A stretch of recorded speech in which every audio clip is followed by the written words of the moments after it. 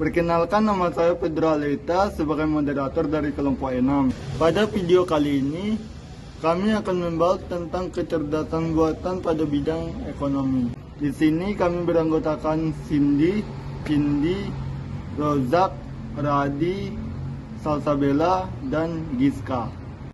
Materi berikutnya akan dibacakan oleh teman-teman saya. Saya, Giska Bima Putri, akan menjelaskan materi tentang definisi Artificial Intelligence atau AI.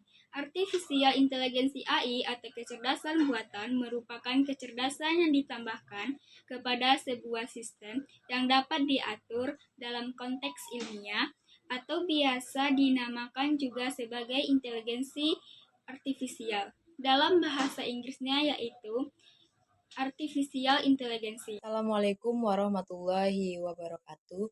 Perkenalkan, nama saya Salsabella Hazana, saya BP 23101155310638. Nah, di sini saya akan melanjutkan materi dari Giska. Materi saya kali ini adalah kategori Artificial Intelligence atau disingkat dengan AI. Apa saja sih AI itu? AI itu terbagi menjadi dua, yaitu Weck-Al dan Strong-Al. Weck-Al itu apa? Weck-Al itu adalah kecerdasan buatan sempit. Contohnya yaitu Google Assistant, Amazon Alexa, dan Apple Siri.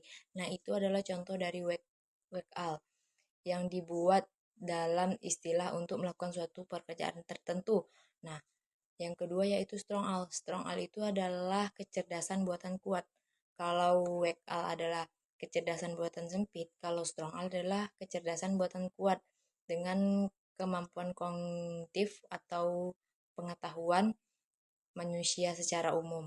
Nah, contohnya apa? Contoh dari Strong-Al itu adalah media sosial atau sistem rekomendasi dalam e-komersi. Itu adalah contoh dari Strong-Al. Perkenalkan, nama saya Cindy Rizkia, nomor BP 23101155310283. Baiklah, saya akan melanjutkan materi dari Salsabella, yaitu tentang Artificial Intelligence.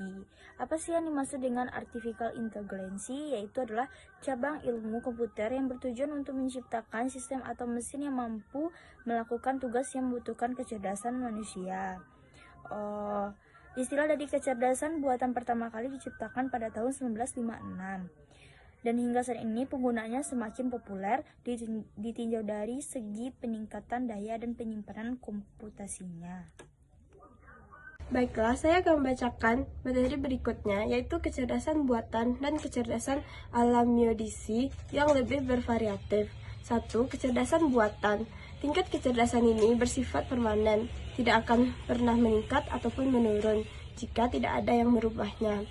Tingkat kecerdasan buatan ini tidak memiliki kecerdasan emosional dan kecerdasan spiritual. Beda dengan kecerdasan alami. Tingkat kecerdasan manusia dapat meningkatkan asalkan sang manusia berusaha untuk meningkatkannya. Kecerdasan alami tidak hanya berupa intelektualitas saja, tetapi masih ada kecerdasan emosional dan spiritual. Assalamualaikum warahmatullahi wabarakatuh. Pada bagian kali ini, saya akan membacakan materi tentang perkembangan dan aplikasi Artificial Intelligence atau yang biasa disebut dengan AI. Aplikasi ini muncul, konsep kecerdasan buatan pertama kali ditemukan setelah Perang Dunia Kedua. Aplikasi ini merupakan teknologi yang akan mengubah kehidupan manusia, bisa disebut begitu. Secara umum, AI merujuk pada program komputer yang dirancang untuk meniru kecerdasan manusia, termasuk kemampuan mengambil keputusan, logika, dan karakteristik kecerdasan lainnya. Ilmuwan komputer Profesor John McStry diketahui sebagai tokoh yang memperkenalkan konsep AI pada tahun 1956. Saat ini, AI telah banyak digunakan di berbagai aplikasi seperti Search, Engly, asisten virtual seperti Siri, Google Action, dan Cortana.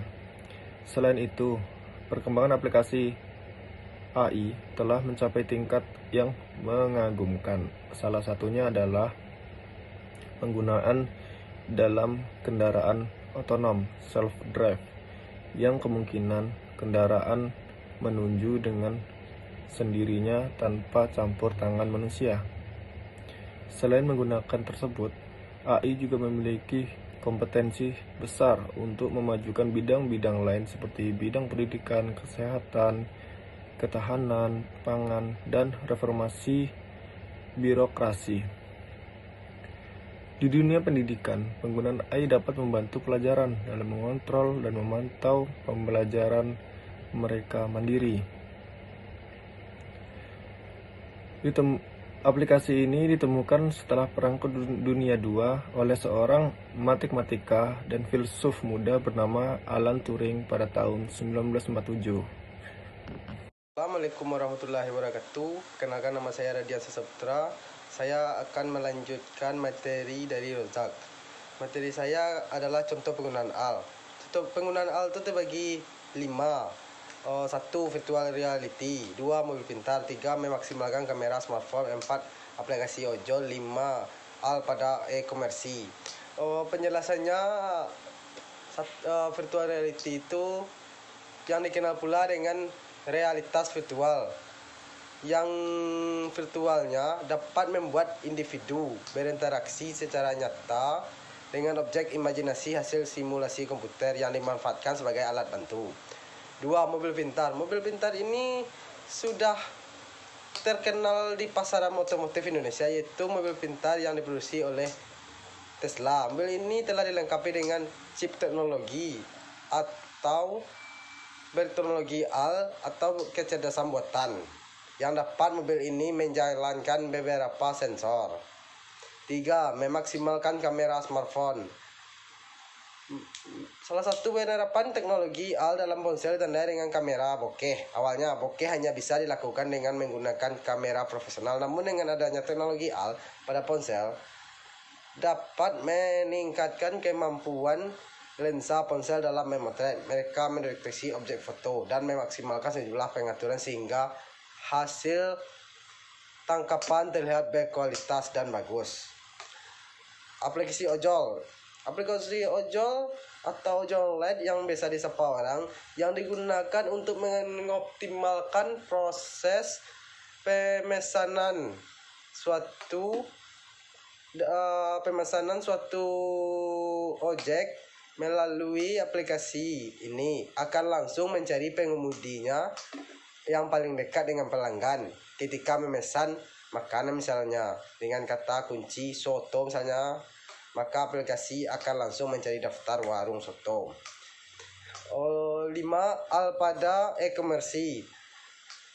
E-komersi mengalami perombakan besar selama beberapa tahun terakhir dengan memperkenalkan AL dan machine learning. Penerapan AL di e-komersi meningkatkan kualitas platform serta pengalaman pelanggan, misalnya dalam pencarian produk.